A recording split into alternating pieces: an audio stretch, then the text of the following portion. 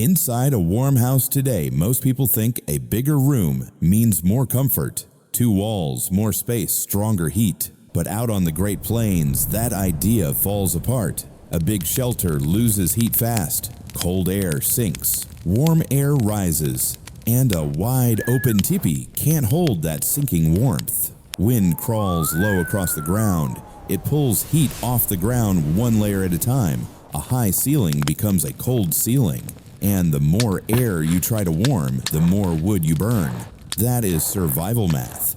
So the question is simple. If the cold was this sharp, why didn't they build bigger, heavier houses? Archaeology gives a clear answer. In the 1934 heat retention test, small tepees stayed almost twice as warm under the same wind. Small winds. And that saved them.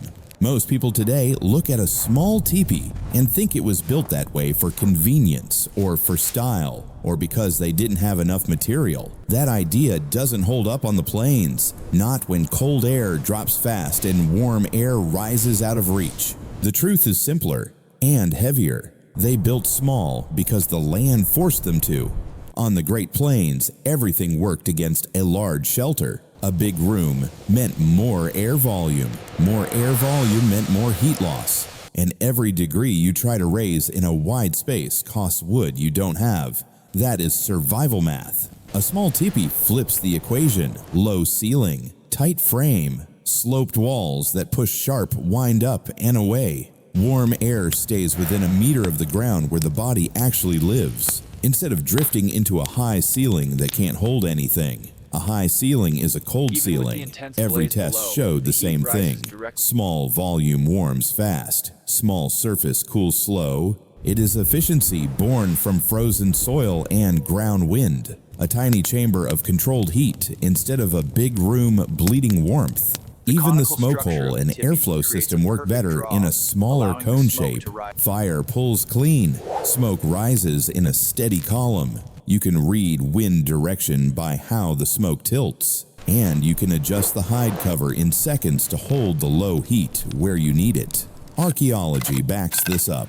Inside excavated camp circles, small tepee sites show thicker ash layers and denser smoke stains on the upper poles. Marks from years of burning low fires in tight spaces. Marks that tell you exactly how the heat moved and how they used it. They weren't guessing. They weren't hoping. They were adapting to the physics of the plains. Small kept the warmth close. Small kept the fire working. And small kept them alive. A teepee is not a house.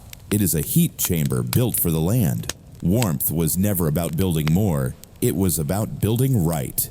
Out on the Great Plains, the land decides everything. There are no thick forests to break the wind. No tall ridges to slow the cold. Just open ground, frozen soil, and a sky that gives nothing back. Cold air falls fast. Warm air rises too far to matter. And the wind crawls low across the earth, a steady band of sharp air. On nights when the temperature drops hard, you don't fight the cold from the top down. You fight it from the ground up, because that is where the body lives. And that is where the warmth escapes first. Most people today think a big shelter means safety. Out here, a big shelter means heat loss. And that loss comes quick. You can burn 3 fires in a wide space and still feel the cold air sinking down your back. That is the truth of the plains. And once you see it, everything else makes sense. A large house on the plains is a trap. The bigger the air volume, the harder it is to warm, and the faster the heat slips away. Warm air floats up to the highest point. Cold air slides in low, right where you sleep.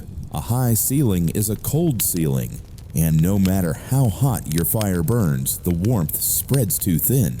Old winter stories say the same thing. You could feed a big fire until your last bundle of wood is gone. You could watch the flame climb high and bright, but the cold would still crawl under it. And the moment the fire dips even a little, the heat disappears like it never existed. Heat loss always wins in a large room. It is not opinion.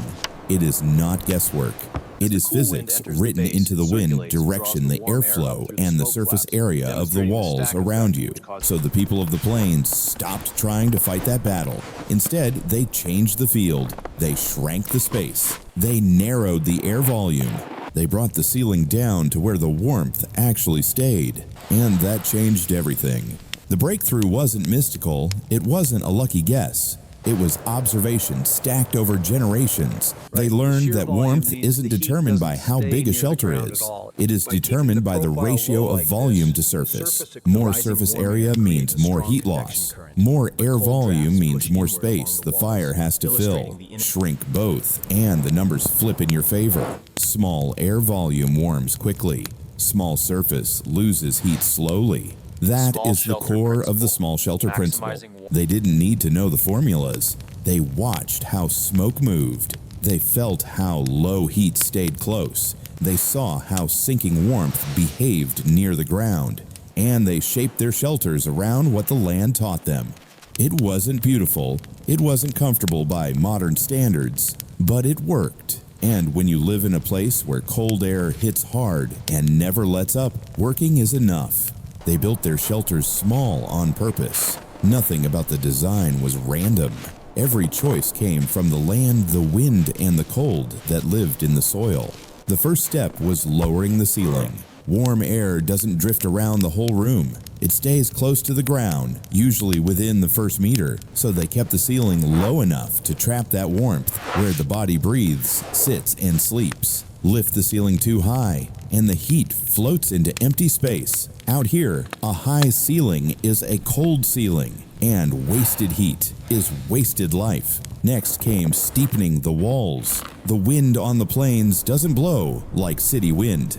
It crawls low, dragging sharp cold across the ground. Sloped walls push that ground wind upward, letting it slide off instead of cutting straight through the frame. A tight cone shape reduces exposure and tightens efficiency. Sharp wind goes around, not through. It is simple physics learned from seasons of watching how air moves across frozen soil. Then they shape the smoke hole. A small opening means less heat loss. A fixed angle controls the airflow. And by adjusting the hide cover based on wind direction, they could keep the interior warmth steady, even when the storm shifted.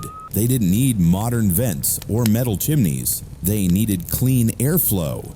And a small tilted smoke hole gave them exactly that. Using buffalo hides wisely was another part of the system.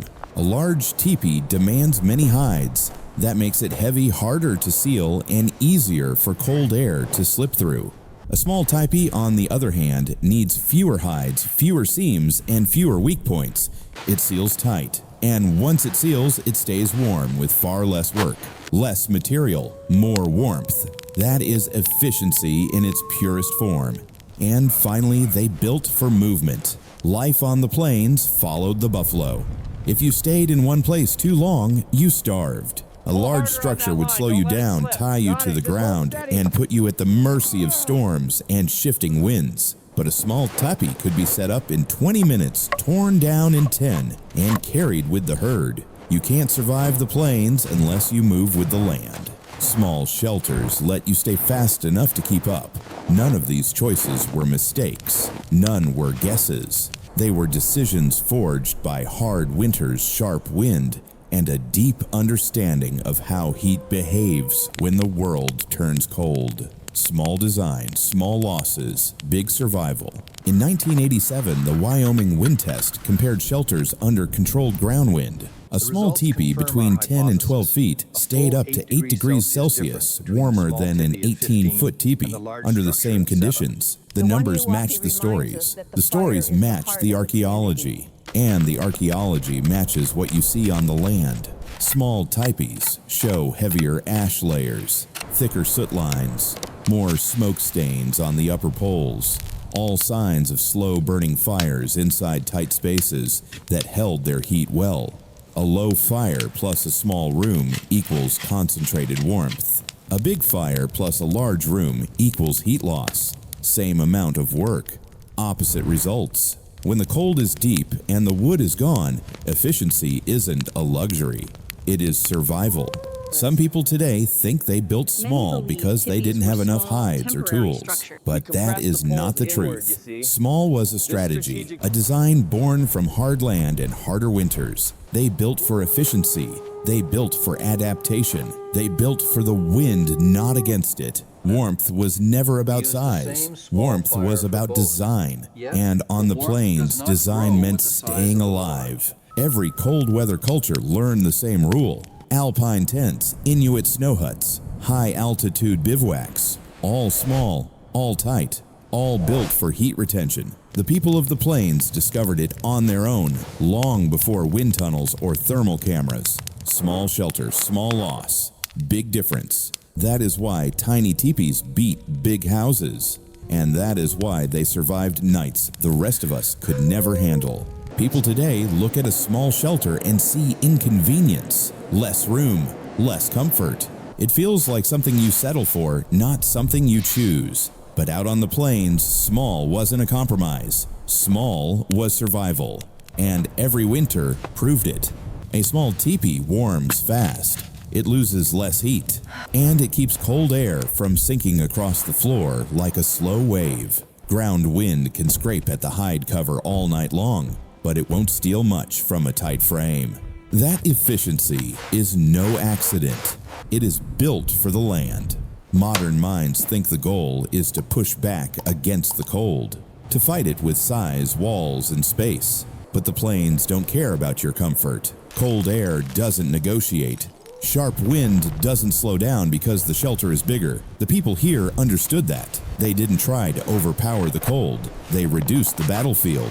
They made the enemy smaller by making their shelter smaller. That is a kind of wisdom you only learn when the stakes are real. A small teepee also brings safety.